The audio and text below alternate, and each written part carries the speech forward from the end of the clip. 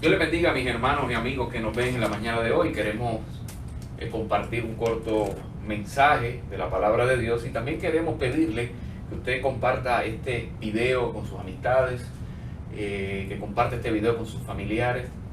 Este domingo donde nosotros nos reuníamos para glorificar el nombre de nuestro Señor Jesucristo, pues hemos tenido que coger unas medidas, pero el mensaje del Evangelio siempre llegará a sus hogares hasta que el Señor así lo permita. Les invito a que busquen su Biblia, busquen libreta y a su familia y se reúnan para escuchar la palabra de Dios que se encuentra en Santiago, capítulo 1, versículos del 2 al 4, con el tema gozo en las pruebas. Gozo en las pruebas. Santiago capítulo 1, versículos del 2 al 4, lee de la siguiente manera: hermanos míos, tened por sumo gozo cuando os halléis en diversas pruebas, sabiendo que la prueba de vuestra fe produce paciencia, mas tenga la paciencia su obra completa, para que seáis perfectos y cabales, sin que os falte cosa alguna. Oremos. Padre, Dios eterno, te damos las gracias, Señor.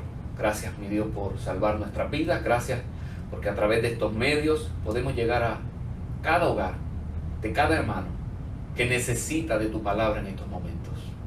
Ayúdanos a poder exponerla de la mejor manera posible, que cada uno pueda entender y que tu Espíritu Santo, que sabemos que no tiene limitaciones, llegue a esos corazones, consuele, fortalezca y salve a aquellos que necesitan salvación. Gracias te damos, en Cristo Jesús oramos. Amén.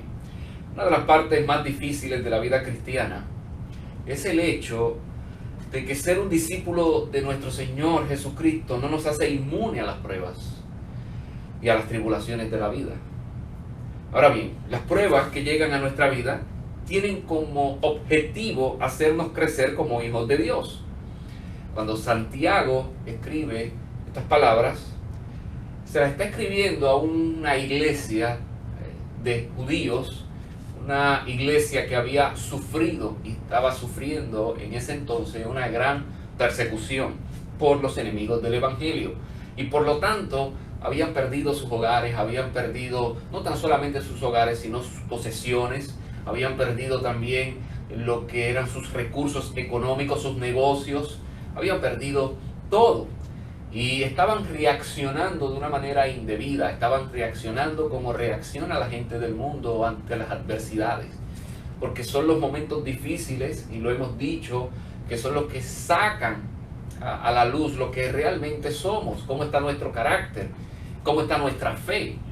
Y estos hermanos que estaban sufriendo estaban reaccionando de una manera incorrecta. Por eso Santiago, con un tono pastoral, entendiéndolo porque Santiago también había pasado por sufrimientos, comienza a escribir estas palabras, y lo primero que él escribe es que tuviesen gozo en medio de las pruebas. Esa es la primera exhortación que hace el apóstol Santiago a esta iglesia sufriente.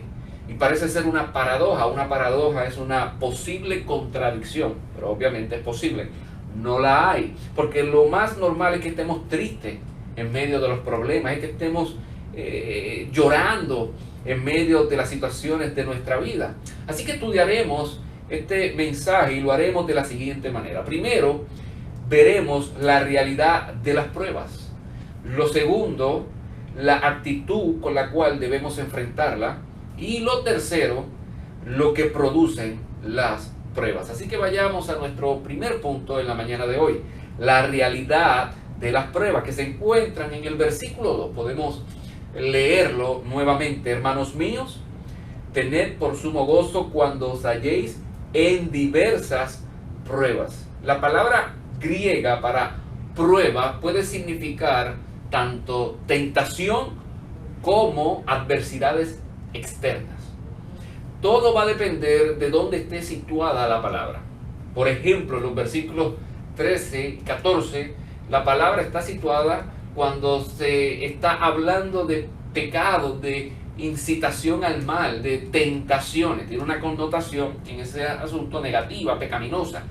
Pero en este entonces está hablando de lo que, por su contexto, de lo que son adversidades externas, que se pueden manifestar de diferentes maneras. Por eso él aquí le llama diversas pruebas, porque vienen de cualquier lado, de cualquier tamaño, de cualquier color, se esconden en donde sea, en cualquier sufrimiento, en cualquier adversidad, en las pandemias, como nosotros nos ha tocado vivir en esta situación tan angustiosa. Pues ahí obviamente podemos nosotros poner esta palabra como adversidades externas, cosas que suceden repentinamente, que nos afectan nuestro diario vivir. Y nosotros ya hablamos de manera de introducción, aunque corta, que esta iglesia estaba sufriendo una gran persecución. Santiago conocía los acontecimientos que estaban sucediendo a sus destinatarios y sabía que obviamente era una prueba, una adversidad externa, pero ellos estaban reaccionando de manera incorrecta. Por eso es oportuno, y quiero hacer un paréntesis, a que los pastores, líderes salgan a alimentar a sus ovejas en tiempos tan difíciles, porque lo vemos aquí, cuando vamos a la carta de Pedro. Había una iglesia sufriendo por el emperador Nerón, una iglesia que había visto sus familiares ser devorados por los leones, quemados vivos, todo ese tipo de cosas que relatan la historia de lo cruel que fue Nerón. Y ahí fue que Pedro sale, en medio de ese contexto, a hablar de lo que ellos debían hacer, que tuviesen la esperanza en el cielo, que actuaran como Cristo actuó, y todas esas instrucciones que se encuentran en sus dos cartas. Bien interesante y bien importante que nosotros como pastores y líderes no nos metamos en nuestros calabozos, sino que salgamos y prediquemos y proclamemos la verdad y alimentemos a nuestras ovejas que también están pasando por momentos difíciles, como lo estamos pasando también nosotros. Así que se habla aquí de diversas pruebas, pero también da el detalle cuando os halléis. Aquí esta expresión indica que las pruebas son seguras, son inevitables. Cada cristiano debe saber que vendrán pruebas. No estamos exentos. Usted lo está viendo en los últimos pasados años. Hemos sufrido nosotros en nuestra isla varias adversidades externas.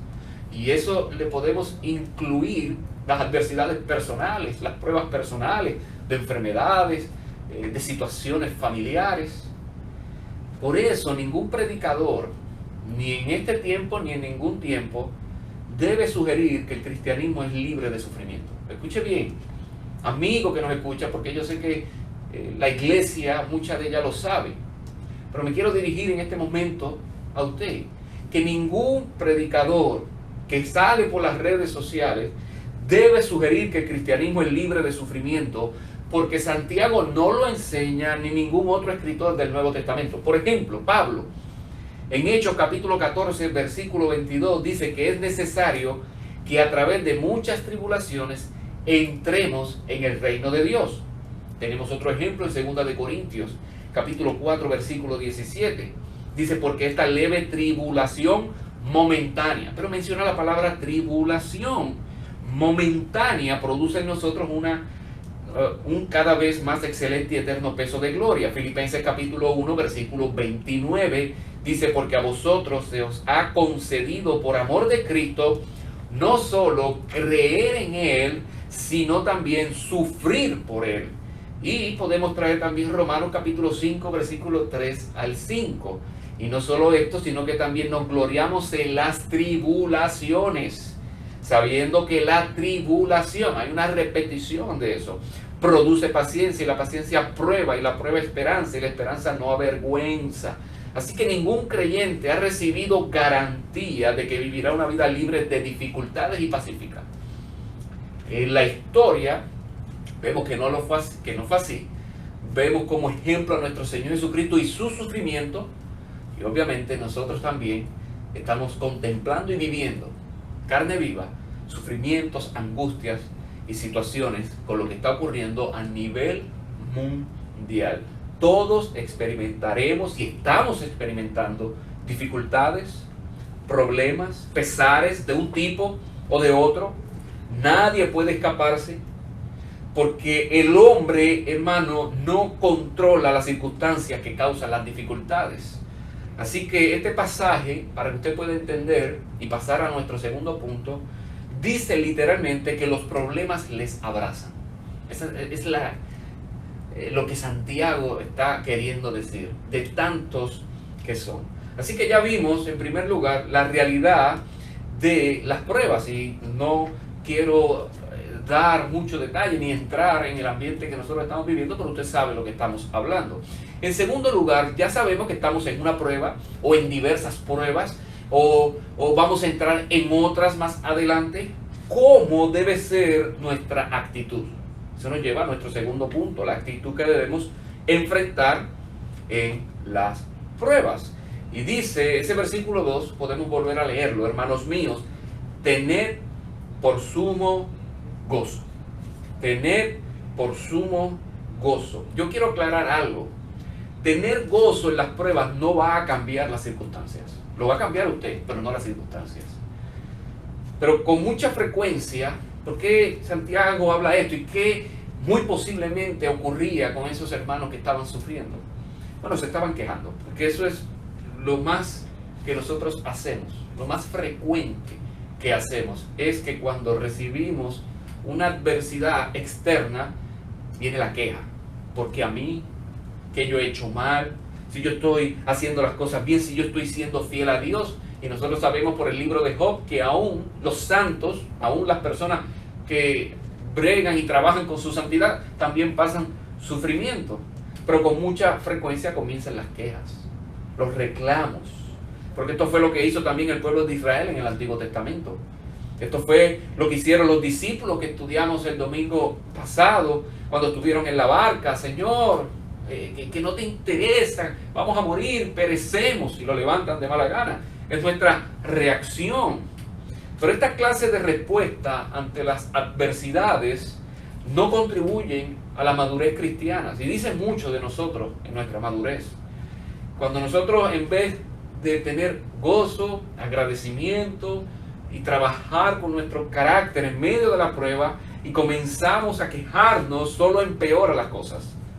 Porque las pruebas no deben verse como tribulaciones, sino como exámenes que el Señor envía para que nosotros veamos cómo está nuestra fe. Dios sabe, Dios conoce cómo está nuestra fe. Él no necesita enterarse. Lo que necesitamos enterarnos de cómo está nuestra fe y nuestra madurez, nuestro carácter, somos nosotros. Él lo sabe perfectamente, Él lo conoce todo. Pero lo que muchas veces no conocemos somos nosotros mismos, cómo está nuestra fe, cómo está nuestro carácter. Así que cuando ocurren adversidades externas, cuando ocurren pruebas, demasiadas veces las personas se sienten víctimas cuando pasan por este tipo de situación. Y como resultado le echan la culpa a todo el mundo por sus desgracias, y sus preguntas más frecuentes, obviamente en estas circunstancias, son: ¿por qué, Señor? ¿Por qué? ¿Por qué me sucede a mí? Pero Santiago dice que debemos tener sumo gozo. Hay un autor que dice de esta expresión: cuando Santiago habla de estar dichosos o de estar gozosos, no se refiere a un sentimiento mundano y frívolo. Se trata de la sensación interna de calma, de paz en medio de la tormenta, quietud, paz, tranquilidad y seguridad, que es mucho más que aplaudir y decir: estoy feliz por esta prueba. O sea, que no estamos diciendo, Santiago no está diciendo, y no es mi intención decir, que usted comience a festejar, que usted comience a soplar bombas y a hacer fiestas. No es lo que está, no es lo que significa gozo. Las interpretaciones, las definiciones que nosotros tenemos de gozo, de felicidad, son muy incorrectas. Eso no es lo que significa el texto. Lo que está hablando es, como dice este autor, de una calma, un sosiego, una tranquilidad, una paz, el poder dar gracias, estar tranquilo en medio de esa adversidad y reaccionar conforme a lo establecido en la Biblia, y no reaccionar con nuestra carne, ofendiendo, angustiándonos, poniéndonos ansiosos, sino todo lo contrario. Eso es lo que significa tener sumo gozo. Pero algo que también para mí es muy interesante resaltar es que Santiago no dice que debemos considerarlas con gozo. no dice que debemos considerarlas con algo de gozo, un poquito de gozo, sino con sumo gozo, es decir, con gozo pleno, completo y entero. Dios quiere que cada uno de sus hijos exhiba lo que es un fruto del Espíritu, que es el gozo. Santiago no dijo que el creyente debería estar gozoso por las pruebas.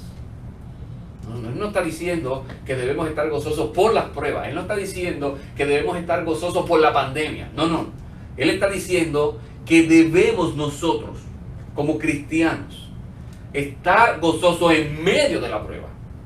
No por la prueba, sino en medio de ella. Hermano, nosotros no nos alegramos por el sufrimiento, sino en medio de él. A nosotros no nos gusta el sufrimiento, no le pedimos sufrimiento, y menos que afecte a tantas personas.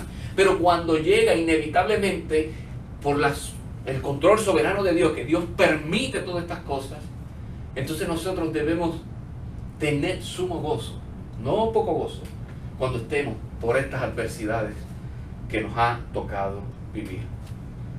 Las pruebas, hermano, deben enfrentarse con una actitud de gozo. No deben verse como castigo, maldición, calamidad. Nosotros no sabemos por qué Dios ha permitido lo que ha permitido. Hay muchas teorías y muchas personas pueden, según su teología, llegar a algunas conclusiones, pero yo no tengo el diario de Dios, yo no tengo el manual de por qué Dios hace lo que hace o permite lo que permite. Y Dios lo puede utilizar para muchas cosas, como un megáfono, como decía C.S. Lewis, que decía que sirve para despertar a una sociedad dormida. Puede utilizarlo para eso, puede también estar despertándonos como iglesia, que hemos estado dormidos por mucho tiempo y hemos orado por avivamiento, y Él ha permitido esto para que nosotros crezcamos como individuos en lo personal, en lo individual, en lo familiar, en lo colectivo como iglesia. Puede pasar. A lo mejor fue por eso. Nosotros no sabemos a ciencia cierta, pero no deben verse simplemente como castigo a la humanidad, porque posiblemente también sea a una humanidad, una sociedad que se ha alejado por completamente de Él, de lo establecido por Él, que más que cualquier tiempo a lo bueno llaman malo y a lo malo llaman bueno. Se ha visto el deterioro de cómo está la población mundial, y por lo tanto puede ser también visto así. Yo no lo sé.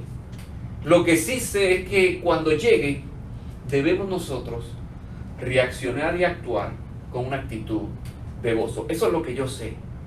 Eso es lo que dice la Escritura. El cristiano siempre debe ver la mano de Dios en todos los ámbitos de su vida. Usted mira más allá, y debe mirar más allá de la prueba, más allá del dolor.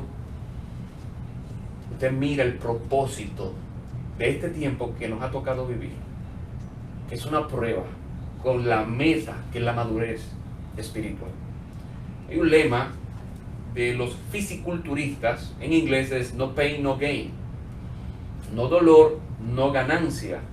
Y así sucede con nuestra fe. Solo podemos crecer, y puede crecer el músculo, por llamarlo de una manera, de la fe y de nuestro carácter, cuando somos sometidos al intenso dolor de la prueba. Así que ya hemos visto en primer lugar la realidad de las pruebas. En segundo lugar, cómo debemos reaccionar según el texto. Y lo tercero, lo que producen. ¿Por qué nosotros debemos reaccionar con gozo, con tranquilidad, con sosiego? Bueno, porque producen algo. Porque no son infructuosas, no, producen algo. Dice el versículo 3 al 4. Y lo pueden leer conmigo. Sabiendo que la prueba de vuestra fe produce paciencia, mas tenga la paciencia su obra completa, para que seáis perfectos y cabales, sin que os falte cosa alguna. Lo primero es que produce algo. Y la palabra paciencia, que es lo primero que nos dice el texto, la prueba de vuestra fe produce paciencia, significa estabilidad, significa aguante, significa perseverancia a la luz de las dificultades, sufrir sin rendirse. Es como la idea de estar aguantando golpes y no claudicar, quedarte ahí, sufrir sin rendirse. Cuando nosotros hablamos de la resistencia de los deportistas, estamina, nosotros sabemos que eso no se desarrolla de la noche a la mañana, sino que por intensos entrenamientos diarios es que podemos nosotros y ellos, los deportistas, llegar a producir la resistencia. Los boxeadores tienen que correr y entre más alto, donde menos da el aire, más respiración, más aguante tendrán. Tienen que tener un buen cardio para poder aguantar 12 rounds, no tan solamente dando golpes, sino también esquivando golpes. O sea que ese es uno de los deportes donde más se requiere de una condición física, y por lo tanto ellos tienen que estar continuamente en entrenamientos intensos. Pues más o menos es la palabra: paciencia, aguantar, estabilidad. Significa eso, estar ahí aguantando, y son las pruebas constantes que nos fortalecen nuestra resistencia. Es ahí donde quiero llegar. Para poder producir esa resistencia, ese aguante, debemos estar constantemente aguantando estas pruebas, estos sufrimientos. Por eso dice el versículo 3 al 4: mas tenga la paciencia su obra completa, para que seáis perfectos y cabales, sin que os falte cosa alguna. O sea que la meta final no es la paciencia, sino la madurez de carácter.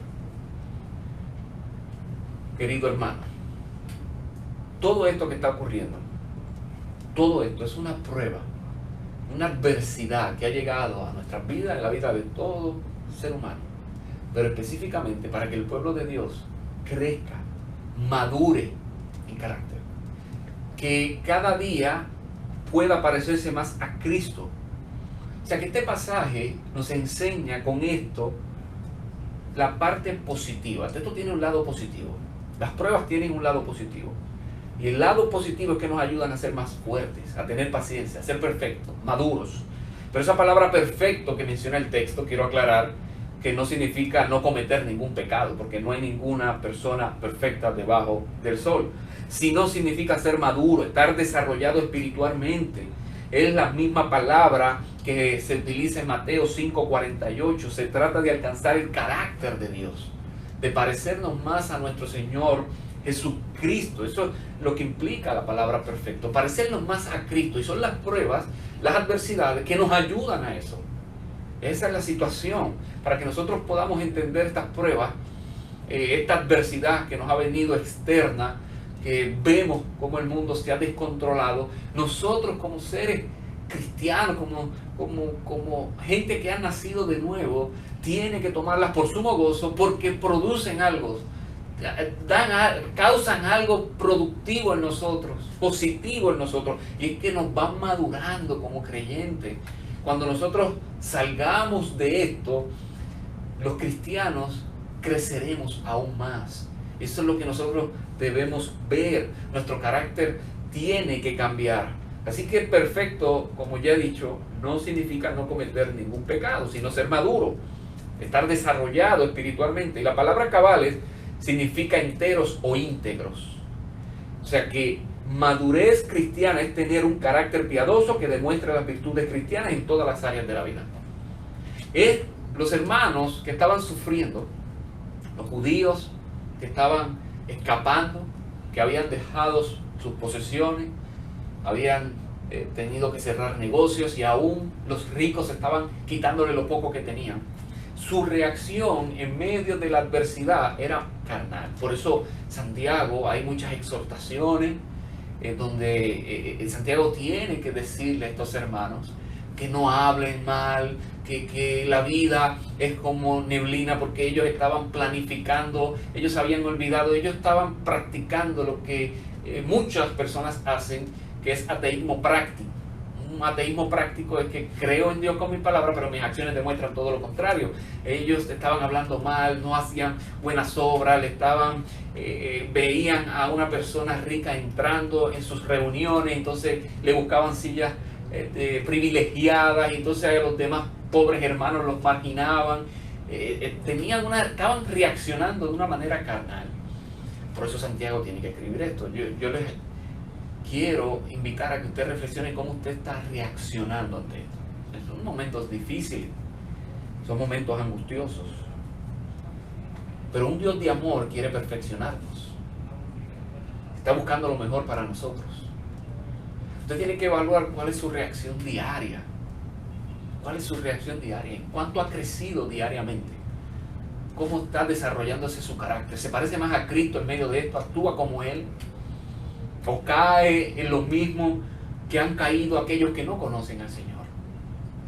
Quejas, murmuraciones. La carnalidad es evidente.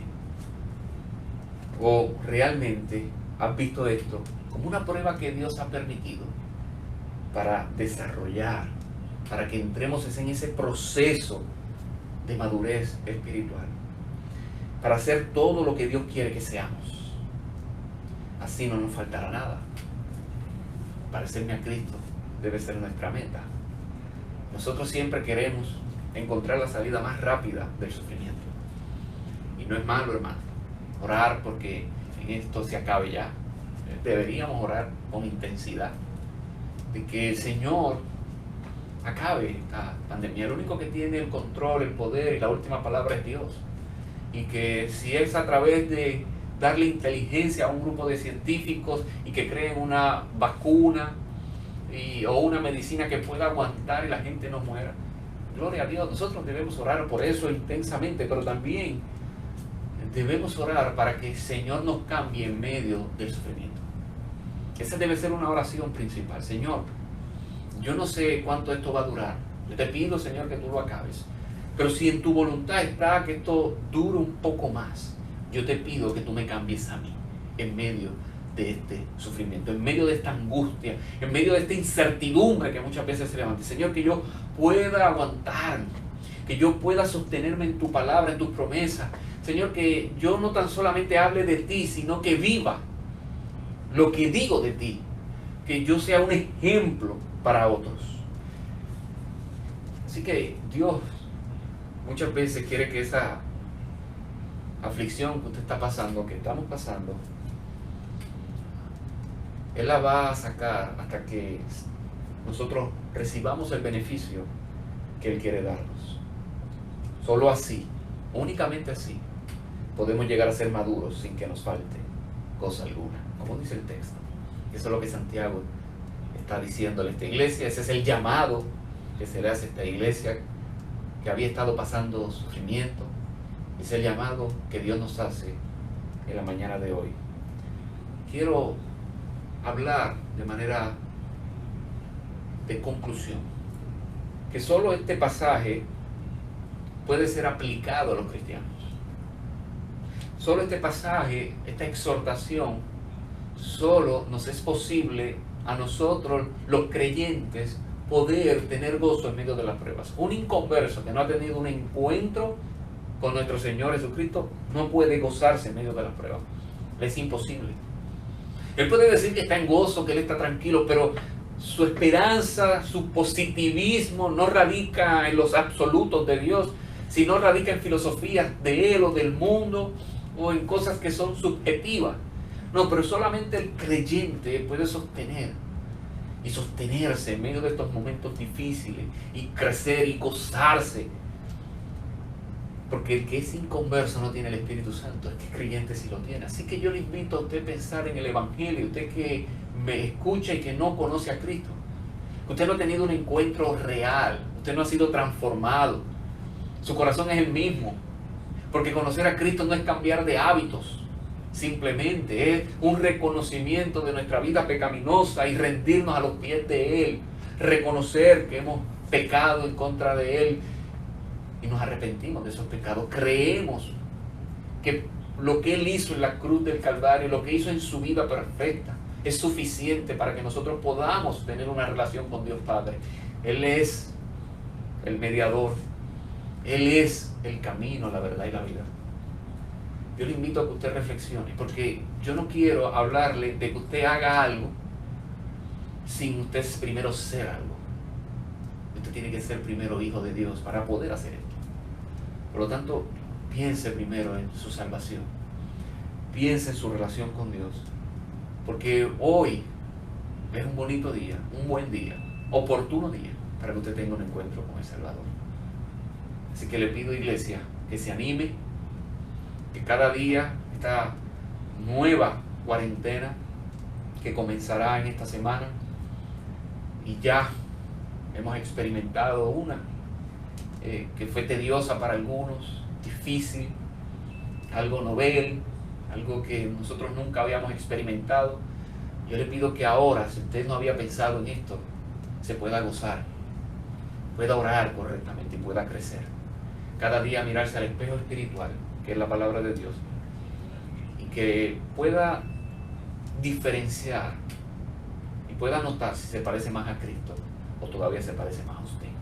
Que el Señor nos ayude en esta gran prueba, en esta gran adversidad, a poder gozarnos, porque sabemos que las pruebas son reales, sabemos que vienen de diferentes tamaños, de diferentes proporciones, sabemos que es real, pero sabemos que también podemos reaccionar y tener una actitud de gozo, porque produce un crecimiento espiritual en nosotros. Así que Dios le bendiga, Dios le guarde y que el Señor siga orando en nuestras vidas.